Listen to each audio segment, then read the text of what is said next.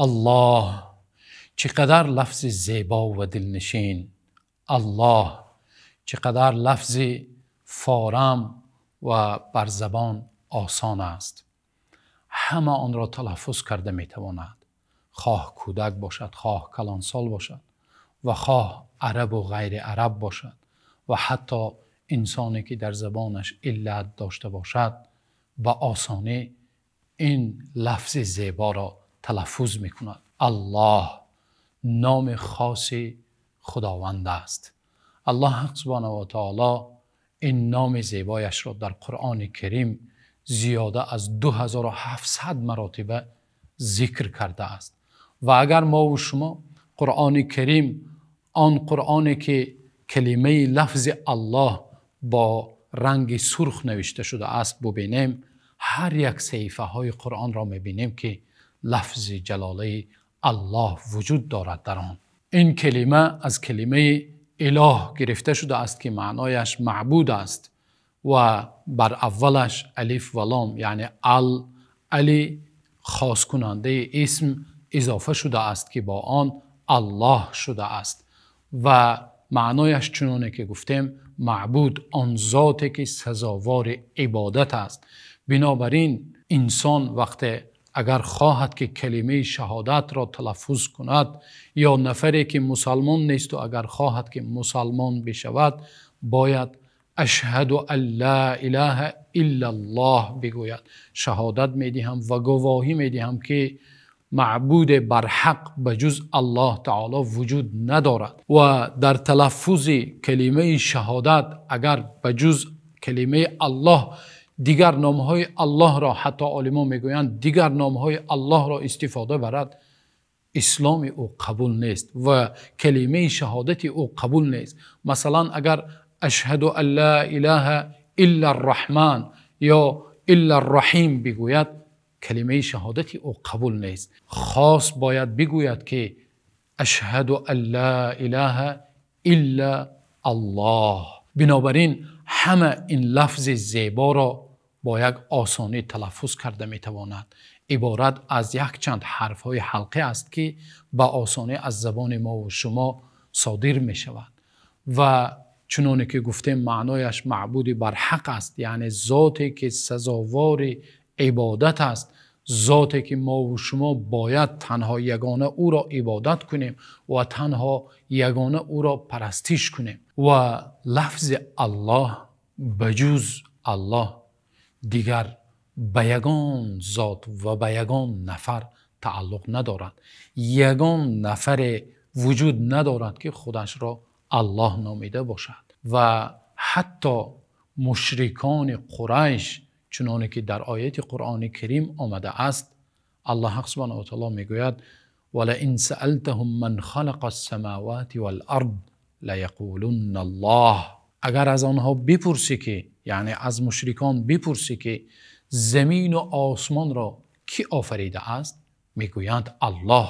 آنها با وجود آنی که مشرک بودند، با وجود آنی که آنها دهها یا صدها بت‌ها را پرستش میکردند، ولی میگفتند زمین و آسمان را و تمام مخلوقات و موجودات را یگانه الله آفریده است. بنابراین ملحد یعنی آن نفری که تماما وجود الله را انکار میکند، یعنی اتئیست، از مشرک هم دیده بدتر است. زیرا اینکه مشرک به وجود یک معبود، گرچنده که او یک بت را یا یک شخصیت را یا یک نفر را عبادت کند، او به یک معبود اقرار شده ایستاده است.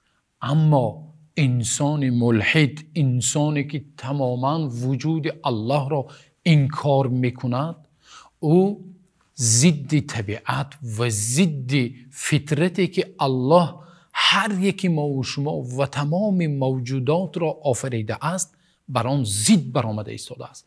او یک دروغ آشکار ضد قلبش و ضد فطرتش فطرت هر یک انسان به وجود الله قائل است و چنانه که خود الله در قرآن کریم می‌فرماید و این من شیء الا یسبح بحمده ولکن لا تفقهون تسبیحهم. الله می‌فرماید تمام موجوداتی که در این هستی وجود دارد همه الله را با یگانگی یاد می‌کند و همه تسبیح می‌گویند. پرنده های و درنده های و حشرات و این کوه و این درخت و زمین و آسمان همه چی اقرار به یگانگی الله می شود و به الله را به پاکی یاد می کند و الله را تسبیح می گوید. ولکن لا تفقهون تسبیحهم، ولی شما تسبیح آنها را، یاد کردن آنها را درک نمی کنید. بنابراین ملحد یعنی آن نفری که وجود الله را انکار می کند بدتر و زشتر حتی از مشرک هم است. و لفظ الله این یک اسم خاص خداوند است که اصل تمام نام ها است و تمام صفات هایی که در دیگر نام ها وجود دارد آن را در بر می گیرد. الله اصل است و باقی مانده ها به او بر می گردد. باقی مانده نام های الله، نام های زیبای الله به آن بر می گردد. هیچ وقت الله به دیگر نام ها بر نمی گردد، بلکه دیگر نام های زیبای الله به الله پیرو است و به او بر می گردد. و وقتی ما دعا میکنیم یا الله میگوییم، وقتی دیگر نامش را دعا کردنی شویم یا رحمان میگوییم، یا الرحمن، یا الرحیم، یا الجبار نمیگوییم، یا جبار میگوییم. ولی از کلمه الله هرگز الش نمی افتد. همیشه ما وقتی دعا میکنیم یا الله گویان دعا میکنیم الله سبحانه و تعالی را. و ببینید حتی در تمام ذکرها وقتی ما ذکر میکنیم استغفر الله، الحمد لله، استغفر الله و اتوب الیه، سبحان الله، همش با لفظ الله است. و بنده مؤمن باید همیشه الله ورد زبانش باشد و همیشه هم در حالت خوف و هم در حالت محبت و در همه حالت بنده مؤمن اولین چیزی که به یادش می بیاید این الله باشد. ببینید روز پیامبر صلی الله علیه و سلم از غزوه ها بر می گشتند و در زیر یک درخت خواب کردند با تمام صحابه ها. تمام صحابه ها خواب رفته بودند.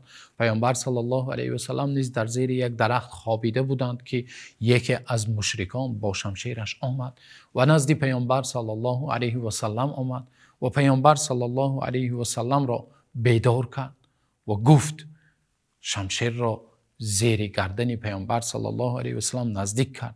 گفت ای محمد من یمنعک منی، کی تو را از من منع کرده میتواند؟